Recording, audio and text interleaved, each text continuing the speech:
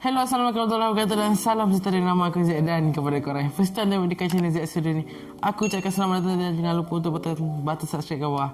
Let's go guys. Kalau korang tahu kan, kita sekarang ni menggunakan highway sebagai jalan daripada satu tempat ke satu tempat lain. Kita ada highway macam-macam highway, macam highway plus, ada highway elite, max, SKVE, NKVE.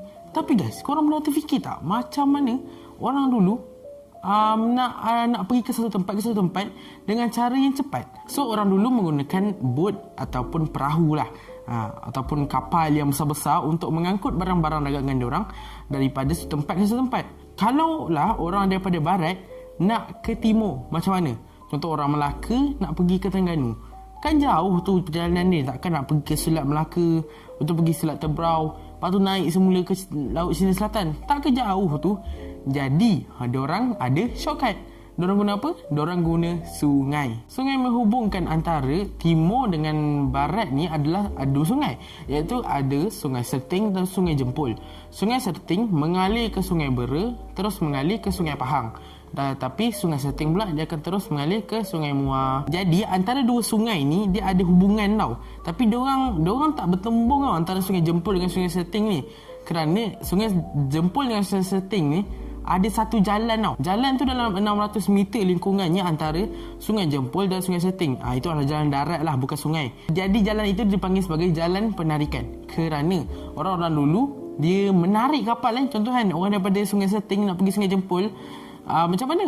Jadi diorang menarik kapal daripada Sungai Serting tu sampai Sungai Jempol. Maksudnya tarik ramai. Kan kita pernah dengar cerita pasal Sultan Muhammad Fatih tarik seberang bukit kan, esok paginya dah sampai kan. Macam tu lah, lebih kurang lah. Tapi ni dia bawa barang dagangan dia apa semua, macam tu lah. Jalan penarikan ni ada dekat mana? Jalan penarikan ni ada dekat Jempol. Kenapa nama dia Jempol? Okey, dulu ada orang-orang daripada Pasai, ataupun sekarang daripada Aceh lah. Orang daripada Pasai ni dia mencarilah macam tempat-tempat untuk menanam, untuk tempat-tempat yang subur. Dan diorang Jempol yang bermaksud amat bagus. Sebab kat situ amat bagus untuk tanam-tanaman padi. Jadi jalan penarikan ni memang dulu adalah satu famous lah, sangat famous, kerana ialah di worldwide.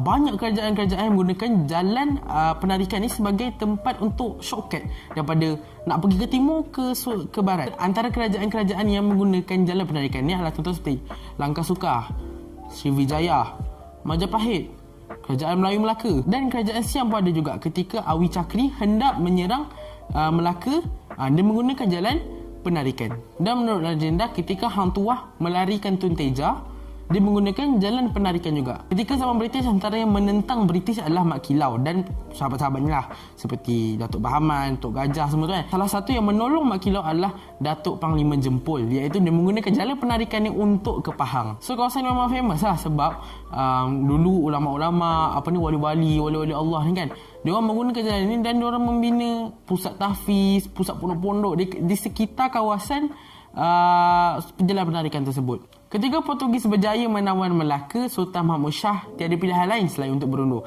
Jadi baginda bergundurlah ke Pahang menggunakan jalan penarikan ini. Manuel Gardiner de Heredia telah menulis dan melakarkan peta bagi laluan penarikan ni dalam koleksi-koleksi petanya pada tahun 1613. Jadi sebenarnya memang kawasan ini dulu memang sangat famous lah orang katakan. Memang jadi shortcut daripada timur ke barat. Tapi sekarang apa yang terjadi? Sekarang ni bila korang pergi jalan penarikan, dah tak ada dah jalan penarikan tu. Bahagian jalan penarikan tu telah dijadikan sebagai kubur, tempat perumahan, macam tu lah. Dan tak ada dah jalan penarikan yang sebenar. Dulu Sungai Serting dan Sungai Jempol tu boleh sampai 6 hingga 9 meter Memang dalam gila. So memang kapal-kapal besar memang boleh masuk. Tapi sekarang ni 1-2 meter je, orang buat mancing je kat situ. So bila korang pergi kat jalan penarikan tu, nanti dia akan ada satu macam tugu lah, korang boleh baca kat situ, ada kisah dia lah.